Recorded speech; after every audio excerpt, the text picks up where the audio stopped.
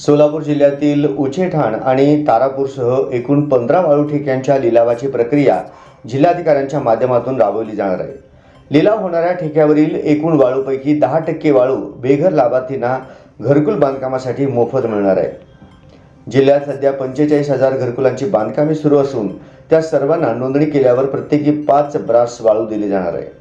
सोलापूर जिल्ह्यात अजूनही 1 लाख बेघर आहेत, त्यांचा स्वतंत्र सर्वे होणार आहे। तुर्तास प्रधानमंत्री आवास योजनेतून सोलापूर जिल्ह्यातील 63,000 घरकुलांना 2 महिन्यांपूर्वी मंजुरी देण्यात आली आहे।